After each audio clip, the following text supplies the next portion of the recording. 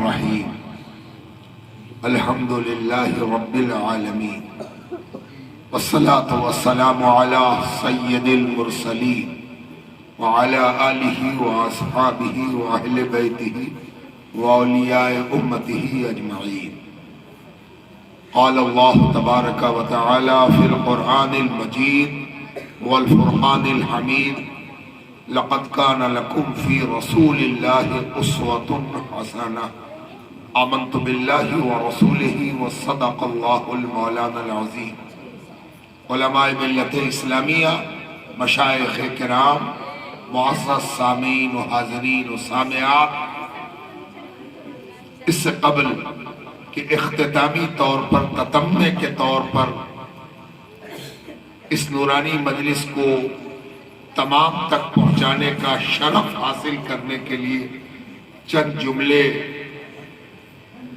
اللہ سبحانہ وتعالیٰ کی بارگاہ میں قبولیت کی امید لگا کر پیش کرنے سے پہلے آئیے ہم اور آپ بارگاہ نبوت اور بارگاہ اہل بیت نبوت میں اپنا ہدیہ تہنیت شریعت کی زبان میں صلاۃ اور سلام پیش کرنے کی سعادت حاصل کریں۔ اللہم صلی علی سیدنا و مولانا محمد وعلی آل سیدنا و مولانا محمد بعدد کل ذرۃ الفا الفا مرۃ وبارک وسلم۔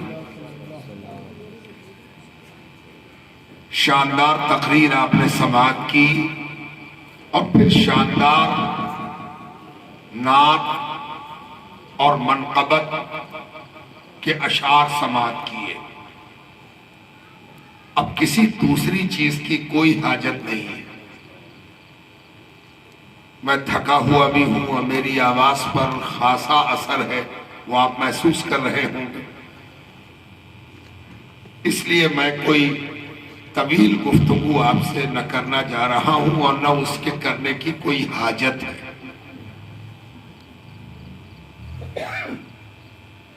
چونکہ آپ بڑے بیدار لوگ ہیں، سنجیدہ ہیں،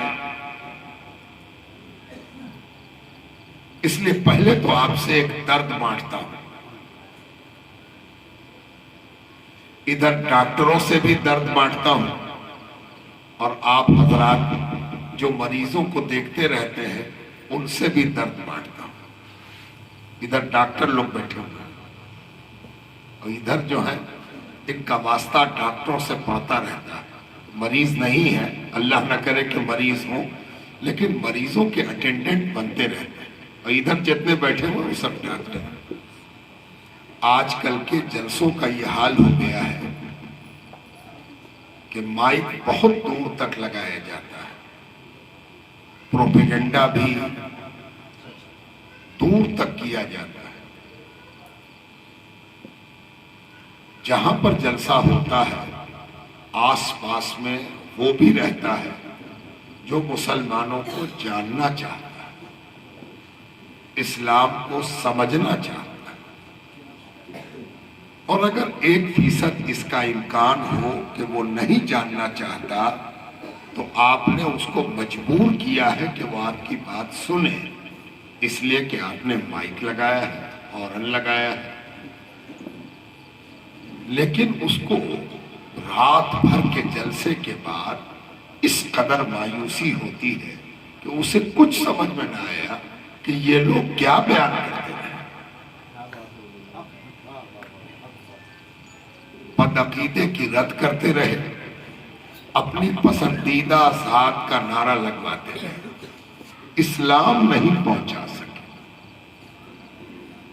وہ ترس گیا کہ کوئی ایسی بات ہم سنتے جس سے پتہ چلتا کہ اتنی بڑی آبادی دنیا کے مسلمان کیسے ہوئے۔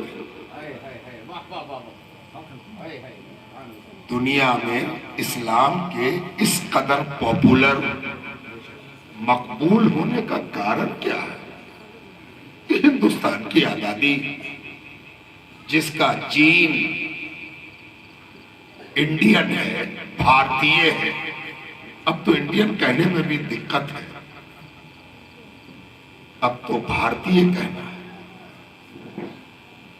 جو اپنی اصلیت کے اعتبار سے بھارتیہ ہے وہ ایسا مسلمان کیسے ہو گیا کہ وہ مسلمانیت کا سودا کسی چیز سے کرنے کو تیار نہیں ہے؟ نہیں بتا سکے ہم.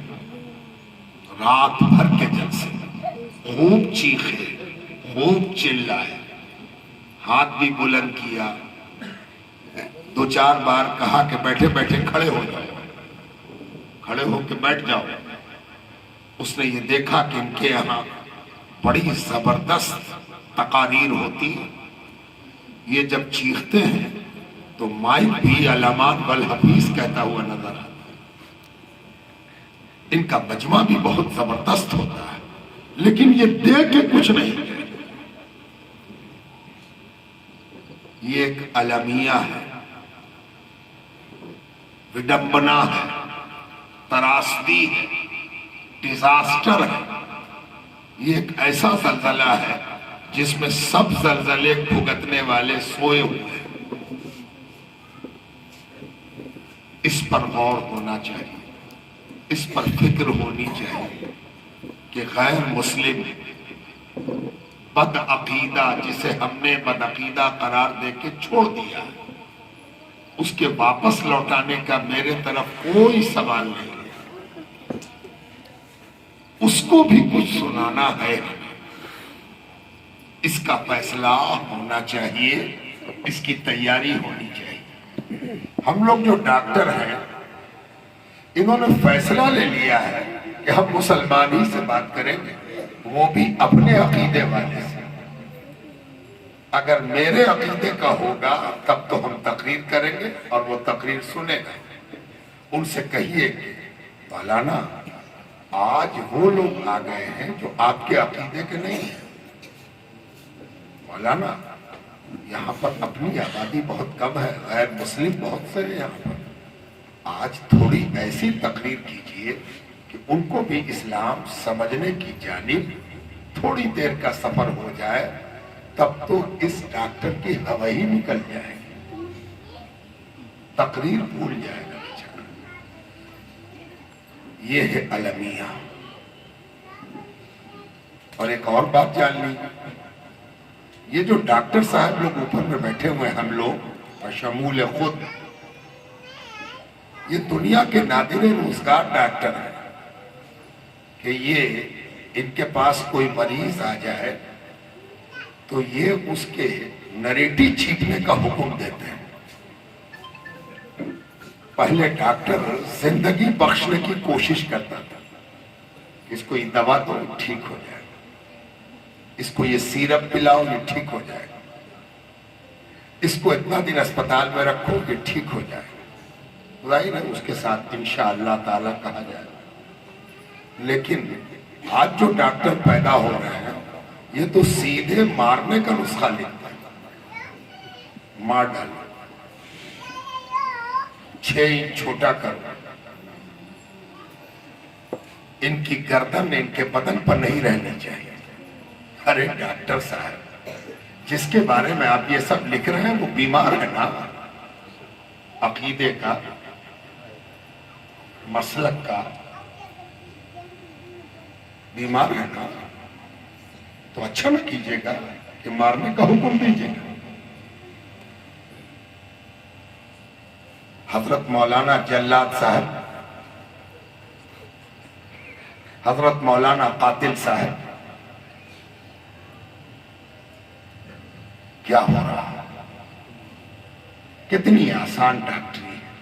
لٹاؤ اس کو ذبح کرتے ہیں، لاؤ اس کو ٹیبل پر لٹاؤ، اس کی زبان کاٹ دیتے ہیں، اس کا ہاتھ دکھتا ہے ہاتھ کاٹ دیتے ہیں. یہی ہو گیا ہے آج کل کا ٹناٹن ہونے کا ثبوت.